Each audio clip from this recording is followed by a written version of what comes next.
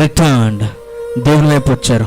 నీ జీవితంలో ఎన్ని చూస్తుంటావు ఇంతవరకు నీవు దేవుడు చేసిన కార్యాలని?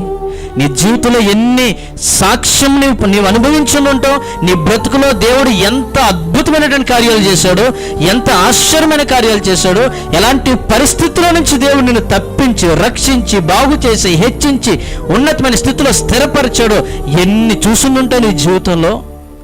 చదువుదాం మరలా 39వ వచనం. జనులందరూ దాన్ని చూచి సాగిలపడి. చూచిన తర్వాతైనా ఇన్ని అద్భుతాలని, ఇన్ని ఆశీర్వాదాలని, ఇన్ని దేవుని కార్యాలు నీ జీవితంలో నీవు చూచి కూడా ఇంకా నీవు సాగిల పడకుండా, ఇంకా దేవుని వైపు తిరగకుండా, ఇంకా నీవు దేవుని మీద ఆధారపడకుండా, ఇంకా నీవు దేవుని సన్నిధి కొరకు రాకుండా, ఇంకా ఏదో చేస్తాను, అక్కడెక్కడో ఉంటాను, ఇక్కడెక్కడో ప్రయత్నం చేస్తాను, వాళ్ళని ఎవరిని అడుగుతాను, వీళ్ళ వెనకాతలు పడతాను అని మనుషులు నమ్ముకుంటూ, మనుషుల వెనకాతలు పడుతూ, ఏదో విధమైన వ్యర్థ ప్రయత్నాలు చేసుకుంటూ బ్రతుకుతావేంటి? Come back to God, return to God. దేవుని వద్దకు రా, తిరిగి దేవుడు చేసిన కార్యాలు చూసైనా సరేరా. వీళ్ళందరూ చూసిన తర్వాత వచ్చారు. వీళ్ళు తిరిగిన వారే, ఎదురు తిరిగిన వారే, దేవుడు విడిచిపెట్టి దూరమైన వాళ్ళే.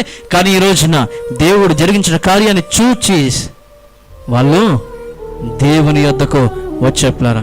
దయచేసి నీ జీవితంలో దేవుడి కార్యాలు చేసినప్పుడు గమనించి చూచి దేవుని వైపు తిరుగు. మహనయీం మినిస్ట్రీస్ అందిస్తున్న ఈ అవకాశం మీకోసం.